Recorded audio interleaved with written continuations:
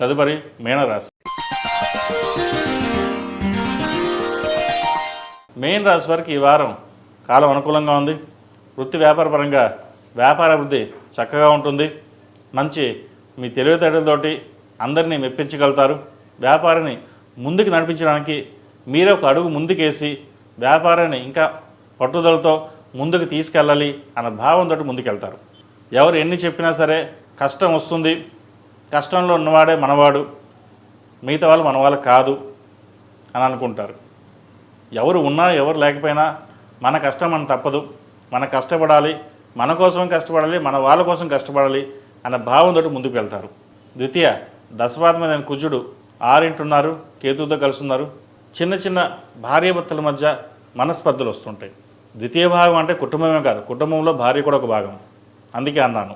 కాబట్టి చిన్న చిన్న ఇబ్బందులు ఏమైనా వస్తే వాటిని పరిష్కరించుకోవడం చెప్పదగినది. అది పెద్దగా చేసుకోకుండా ముందుకు వెళ్ళడం చెప్పదగినది. జీవిత భాగస్వామి సలహాలు సూచనలు పాటించండి, మంచి ఫలితాలు ఉంటాయి.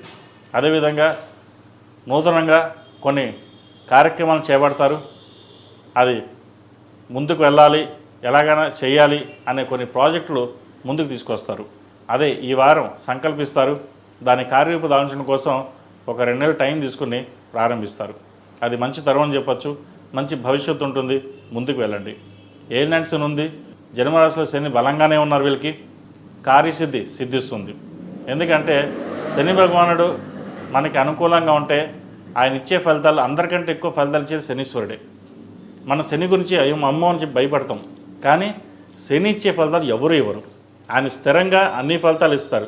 శని ఒక ఫలితం ఇచ్చారంటే మళ్ళీ ఆయన వెనక్కి తీసుకునే ఇది ఉండదు. ఒక ఫలితాన్ని ఇచ్చాడంటే ఆయన ఇచ్చేస్తాడు, మళ్ళీ దాన్ని వెనక్కి లాక్కోవడం తీసుకోవడం అటువంటివి ఉండదు. కాబట్టి శనికి సంబంధించిన శని సూత్రం పఠించి రుద్రాభిషేకం చేయించండి.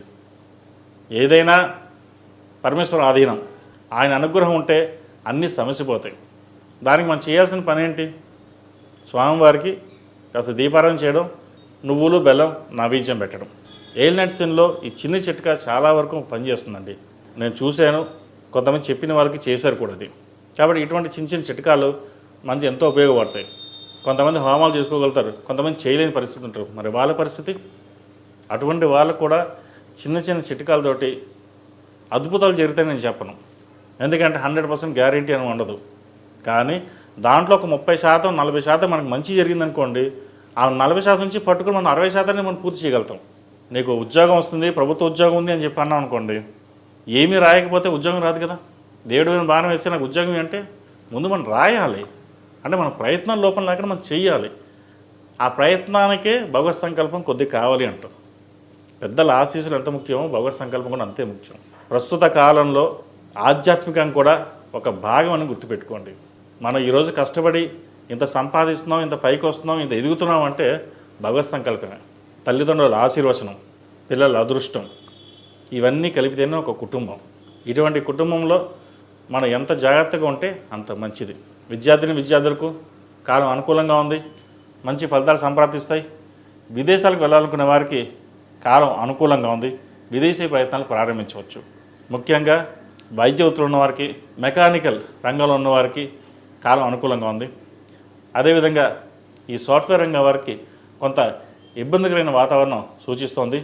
వీసా విషయంలో కావచ్చు, స్టాంపింగ్ విషయంలో కొంత చికాకులన్నీ ఏర్పడే అవకాశం లేకపోలేదు.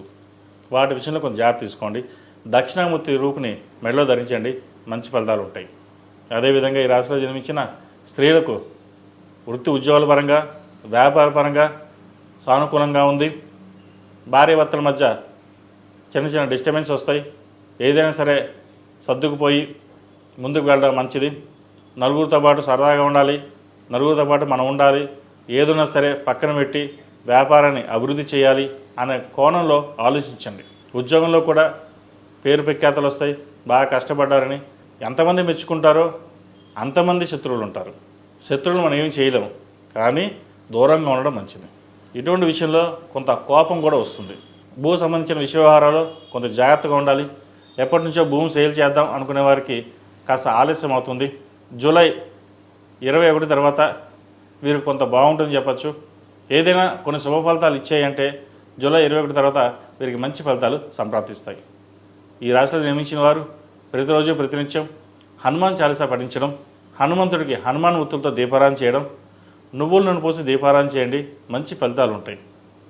అదేవిధంగా ఎప్పుడైనా సరే ఒక రోజు ఇంట్లో సుందరాకాండ పారాయణం చేయించుకోండి. గ్రహపీడ, నరదిష్టి మీకు అధికంగా ఉంటుంది, అవి కొంత తొలగిపోతాయి.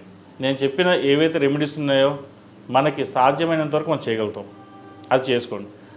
అది కుదరినప్పుడు శివనామస్మరణే లేదా మీ కులదైవానికి 108 సార్లు నామస్మరణ చేసి బయటికి వెళ్ళండి. అదే మనకి మంచి ఫలితం. అది అదేవిధంగా ఈ రాశిలో జన్మించిన వారికి కలిసి వచ్చే సంఖ్య 2, కలిసి వచ్చే రంగు వైట్. ఏదైనా పని మీద బయటకు వెళ్ళేటప్పుడు సోమవారం కానీ బుధవారం అడగని వెళ్ళండి, మంచి ఫలితాలు సంప్రాప్తిస్తాయి. మేషం నుండి మీనం వరకు ఉన్నటువంటి రాశి ఫలితాలు నా పరిజ్ఞానం సంకరించిన మేరకు ఈ వారం రాశి ఫలితాలను తెలియజేశాను. సర్వే జనా సుఖినో భవంతు, లోక సమస్త సుఖినో భవంతు. ఓం శాంతి శాంతి శాంతి.